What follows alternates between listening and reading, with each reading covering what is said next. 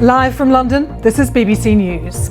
Israel claims control of the Gazan side of the Rafah crossing as ceasefire talks are set to resume in Cairo. Vladimir Putin is sworn in as Russia's president for a fifth time. That extends his quarter-of-a-century rule over Russia by another 6 years. Personal information of serving UK military personnel has been compromised in a hack. China is suspected of being behind the attack. These are live pictures from Rafah, where thousands of people are on the move.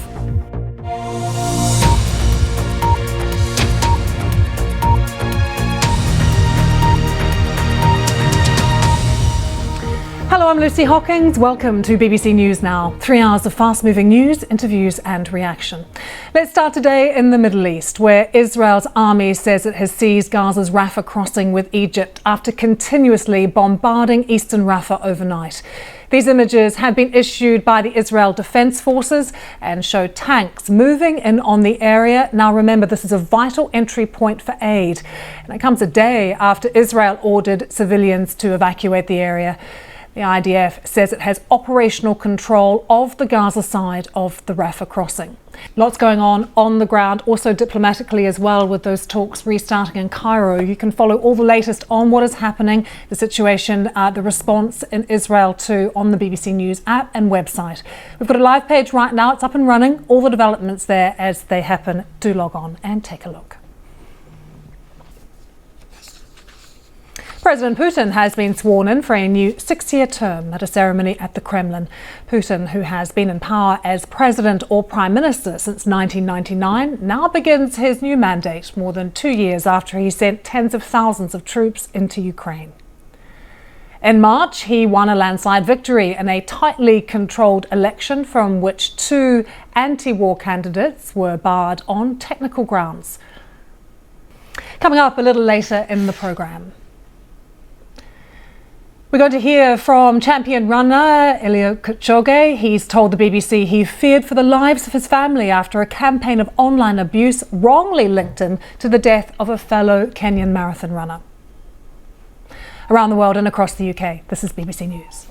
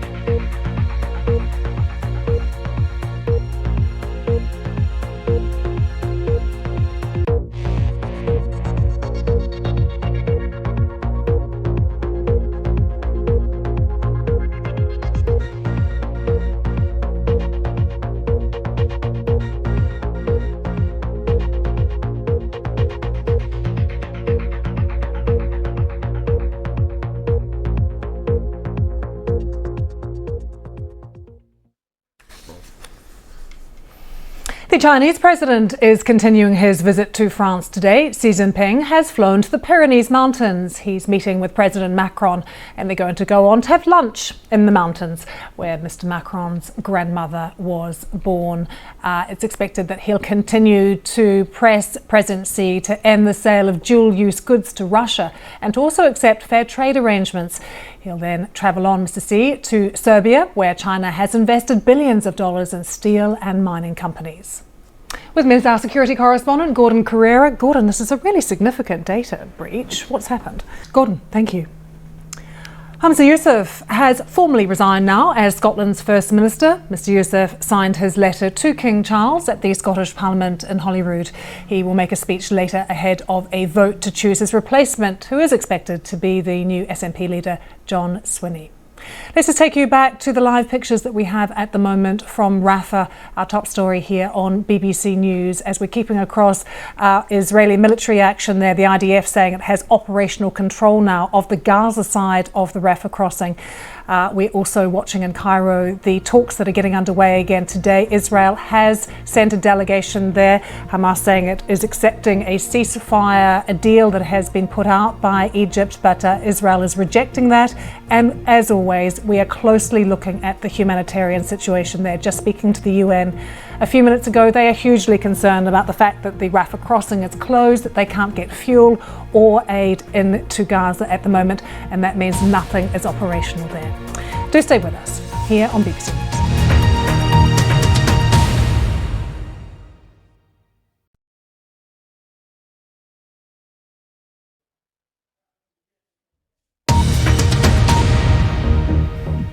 The headlines here on BBC News.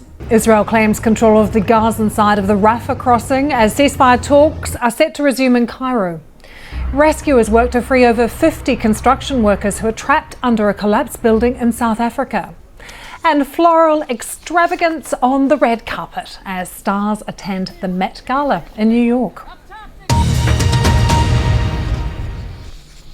Let's return to the Middle East. We can show you the live pictures that we're getting right now from Rafah. The Israeli military has crossed into southern Gaza, taking control of the Palestinian side of the Rafah crossing. This incursion coming overnight after Israel did say it would continue its military operations in Rafah. Diplomatically, Hamas has said it accepted a Gaza ceasefire proposal that had been put forward by the Qataris and the Egyptians as well. Benjamin Netanyahu, Israel's Prime Minister, saying this proposal did not meet Israel's demands, but he did say that he would send a delegation to Cairo. So while we look at these live pictures coming to us from Rafah, you can see the smoke in the air. Think of the hundreds of people who are on the move there, the fact that the border is closed, aid and fuel is not getting in. We are also going to keep a close eye on those talks in Cairo and any developments from there around the world and across the UK. This is BBC News.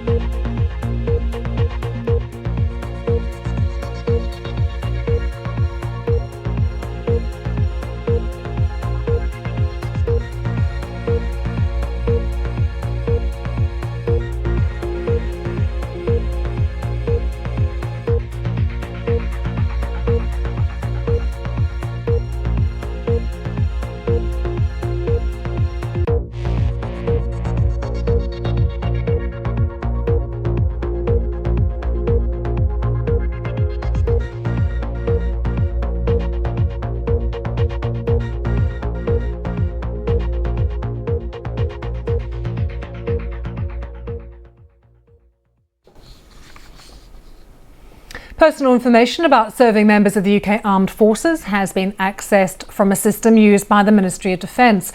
Government officials told the BBC that China was most likely responsible. We were talking about this with Gordon Carrera a little earlier. We have just had this from the Prime Minister's official spokesperson, who has said the government is reviewing the operations of a third-party contractor whose systems were hacked in the cyber attack on the Ministry of Defence. He said in relation to the specific contractor involved in this incident, a security review of that contractor's operations is underway. Appropriate steps will be taken after that. We have some breaking news to bring you now from Ukraine. Ukrainian intelligence says it has foiled a Russian plot to assassinate President Zelensky, and it has arrested 2 colonels from the government protection unit suspected of passing on secret information to an FSB cell. It says the plot involved recruiting military officers who would take Mr. Zelensky hostage and then murder him. Targets also apparently included the high-profile military intelligence chief Budanov, who was supposed to have been killed in a missile strike. These assassinations, according to the statement, were to be timed for President Putin's inauguration, which we know happened just a few hours ago. We're looking into this story for you, and we'll bring you more from Ukraine shortly here on BBC News.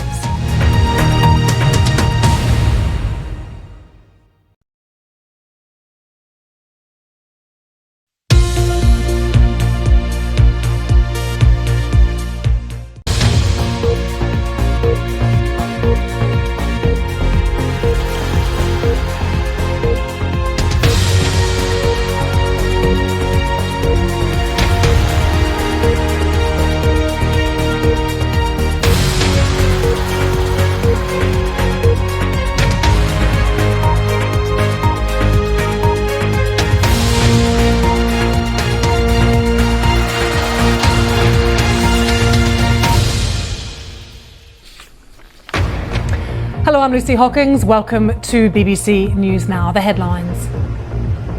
Israeli forces take control of the Gaza side of the Rafah crossing as their ground operation continues in the overcrowded southern city. We're live in Gaza. Thousands of people there are on the move. Vladimir Putin is sworn in as Russia's president for a fifth time, extending his quarter-of-a-century rule over Russia by another 6 years. Personal information of serving UK military personnel has been compromised in a hack. China is suspected of being behind the attack. And floral extravagance on the red carpet as stars attend the Met Gala in New York.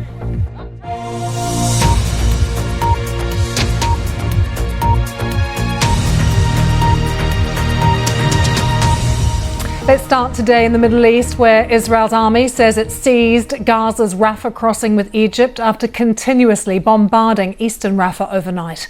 These images have been issued by the Israel Defense Forces. You can see tanks moving in on the area. It's a vital entry point for aid, a day after Israel ordered civilians to evacuate the area.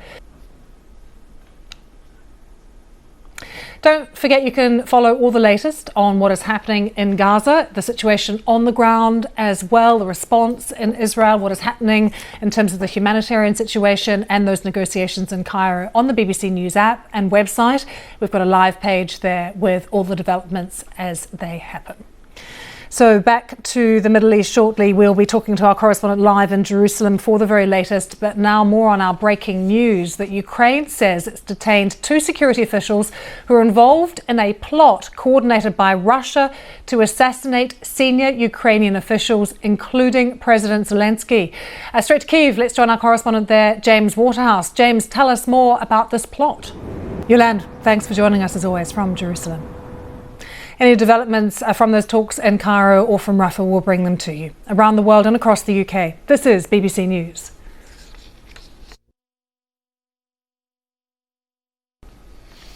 Personal information about serving members of the UK Armed Forces has been accessed from a system used by the Ministry of Defence. Government officials telling the BBC that China was most likely responsible. Chinese Foreign Ministry spokesperson Lin Jian dismissed the accusation. Let's just take you back to the live pictures that we have of Rafah to remind you that the IDF says it has operational control of the Gaza side of the Rafah crossing. It follows targeted strikes that we saw against Hamas in eastern Rafah. But the UN telling us that Israel is not allowing humanitarian workers across to the Rafah crossing. And that is hugely concerning as well because fuel and aid is not getting in, which is what they need to have any kind of operational success there, to be able to deliver anything, to keep things going. They need that fuel. So we're also keeping a close eye on what is happening in Cairo. Talks continuing there too. Do stay with us.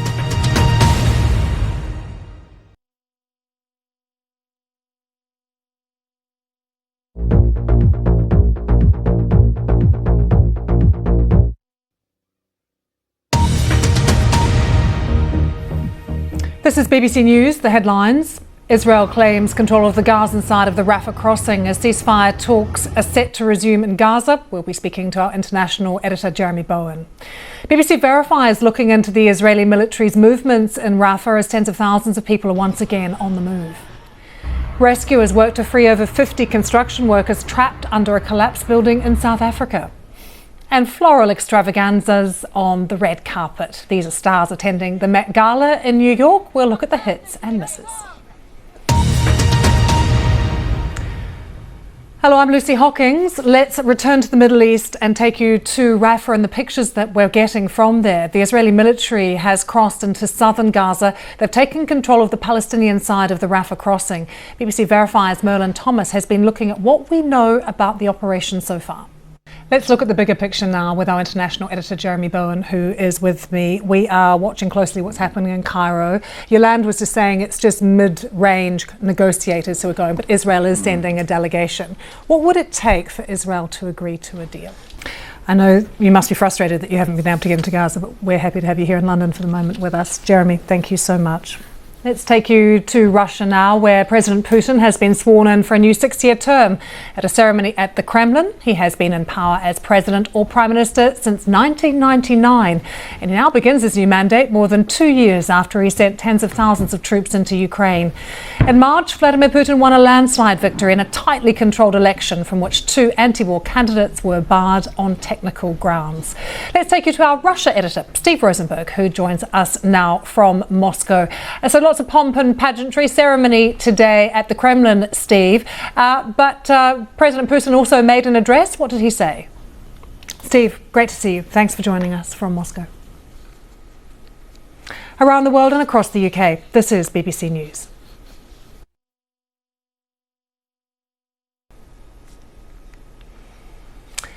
Good to have you with us here on BBC News. Let's just take you to France now, because Chinese President Xi Jinping is on a visit, and you can see him there with President Macron and their wives. They've travelled to the Pyrenees, which is the home of President Macron's grandmother. They've had lunch together, apparently. This is the second day of his state visit. The weather's not been so great. There's been rain falling in this very beautiful part of France, but lots on the agenda for them to talk about over lunch before Xi Jinping heads to Serbia after this. So lots of talks about trade, of course, and apparently the talks so far have been robust but respectful as well. And if you love some of those outfits, do go to the BBC News website, because we've got 26 of the most eye-catching looks from the Met Gala, but also this story, because AI-generated images of Katy Perry and Rihanna have been going viral. They already have tricked people like Katy Perry's mum, who thought it was real. They weren't actually there. The images are amazing. We've got a story up and running about that disinformation as well. So do log on and take a look.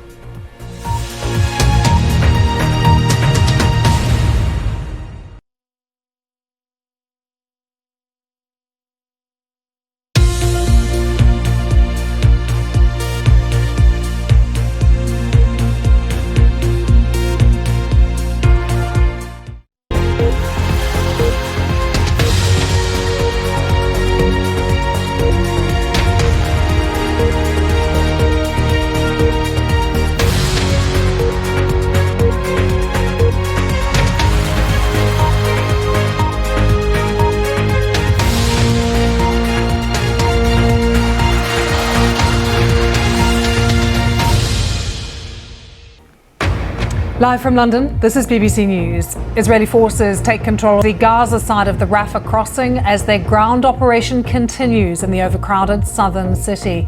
These are live pictures from Gaza right now. You can see plumes of smoke in the air. Thousands of people there are on the move. Vladimir Putin is sworn in as Russia's president for a 5th time, extending his quarter-of-a-century rule over Russia by another 6 years. Personal information of serving UK military personnel has been compromised in a hack. China is suspected to be behind the attack. And floral extravagance on the red carpet as stars attend the Met Gala in New York.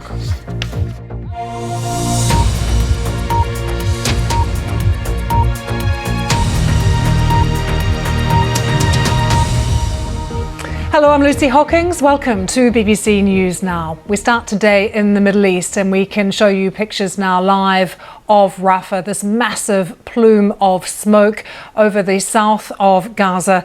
The Israel Defense Forces saying it now has operational control of the Gaza side of the Rafah crossing after continuously bombarding eastern Rafah overnight. These images that we have for you here were issued by the IDF. They show, as you can see, tanks moving in on the area, a vital entry point for aid, a day after Israel ordered civilians to evacuate. Aid agencies say that could be disastrous for civilians caught up in the conflict. James Waterhouse there, around the world and across the UK. This is BBC News.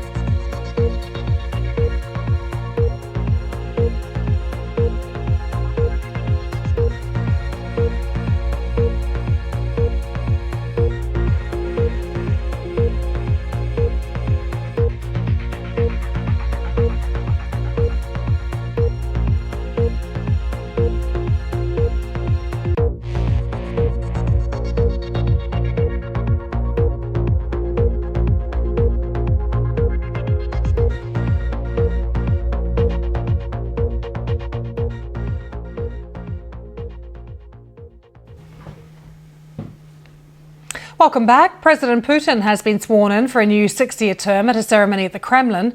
Putin, who has been in power as president or prime minister since 1999, now begins his new mandate more than 2 years after he sent tens of thousands of troops into Ukraine. In March, Vladimir Putin won a landslide victory in a tightly controlled election from which 2 anti-war candidates were barred on technical grounds. Our Russia editor Steve Rosenberg spoke to us from Moscow, where President Putin made a statement following the ceremony. Of course, the other big story is reaction that's coming into us from what is happening in Rafah right now. That is a slightly grainy picture, but you can still see smoke in the sky, with the IDF saying it has operational control of the Gaza side of the Rafah crossing. There's been targeted strikes against Hamas in eastern Rafah as well. And at the same time, we know that talks will resume in Cairo, and Israel is sending mediators to those talks with Hamas. So we'll continue to keep you up to date with events in the Middle East as well. Stay with us.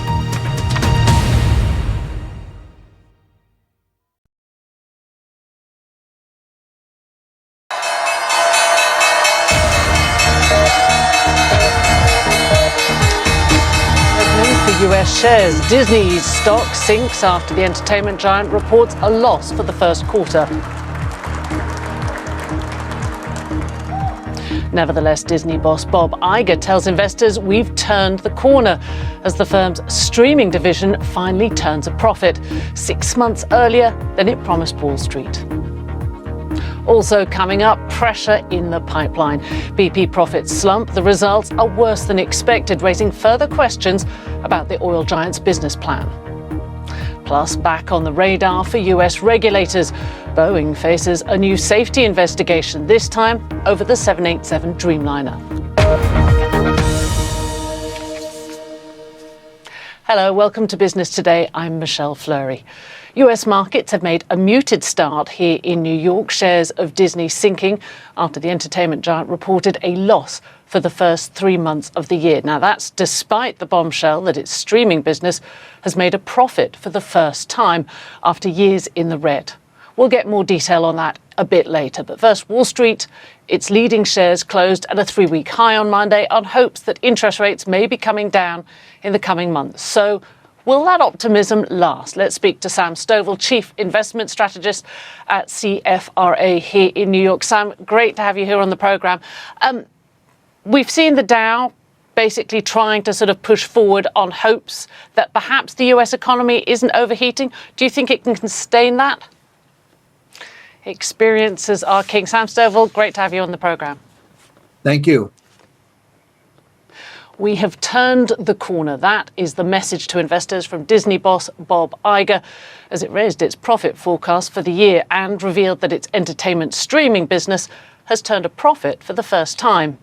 Disney launched its Disney Plus service back in 2019 to compete with Netflix and adapt to the changing way we get our entertainment. It has been losing money since then. Disney promised Wall Street those losses would turn to profits by September. But take a look at this. Disney's entertainment streaming division made a profit of $47 million between January and March. Now that's compared to a huge loss of $587 million this time last year. So, out of the red 6 months ahead of schedule.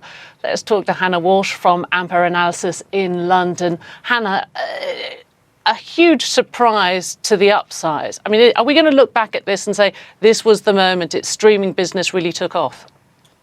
Yeah, as you say, so many streamers getting into the sports business right now. Hannah, thank you very much for joining us on the show today. No worries. Well, let's move to the UK now, where oil giant BP has reported a slump in profits for the first 3 months of the year. It made $2.7 billion between January and March. That was down 40% on the same period last year. The results will put more pressure on BP's new CEO, who took over in January. Part of the slump can be put down to lower oil prices, but as our business editor Simon Jack explains, arch UK rival Shell is doing much better than BP, raising questions for some shareholders about the company's strategy. Saudi Aramco, the world's biggest oil company, says profits were down 14% in the first 3 months of the year. That's down to lower oil prices as well as cuts in production agreed by the OPEC group of oil-producing nations. Now, this was all done to try and support the price of crude. Here's a figure to get your head round, though. Aramco says it expects to pay more than $124 billion in dividends to shareholders this year. That largely means the Saudi government, which still owns more than 80% of the company, well, it relies heavily on Aramco to finance its spending. Our business correspondent in the Gulf, Samir Hashmi, explains. In other news, the Swiss banking giant UBS has reported a better than expected jump in earnings for the first 3 months of the year, delivering their first quarterly profits since the takeover of Credit Suisse.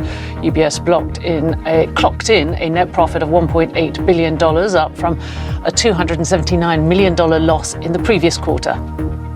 Nintendo has posted record profits thanks to the weak yen, but warned earnings will slump nearly 40% this year. The video games giant says it will reveal a successor to the hit Nintendo Switch console later this year. Before we go, let's take a look at the markets in the rest of the world. We've seen a mixed picture in Europe. Actually, no, I should say all in the green right now. In the US, Peloton is one of the big movers today on reports of private equity interest. That is all we have time for. Stay with us here on BBC.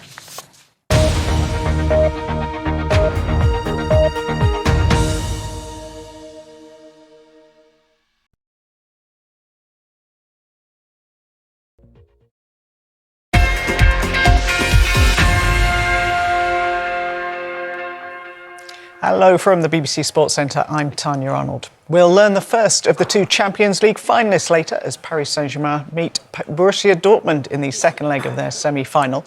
On Wednesday, Real Madrid and Bayern Munich meet again with the scores level, but first Dortmund take a narrow 1-0 advantage over the French champions to the Parc des Princes. I'm guessing it's a steep learning curve. That's all your sport for now, Lucy. Tanya, thanks so much. Let's go back to the war in Gaza. Speaking in the last few minutes, the UN Secretary-General Antonio Guterres has urged Israel to stop any escalation in Rafah. Lots more images for you on the BBC News website, some of the best frocks and suits of the night. Log on, have a look, pick your favourite. And do stay with us here on BBC News. See you tomorrow. Bye-bye.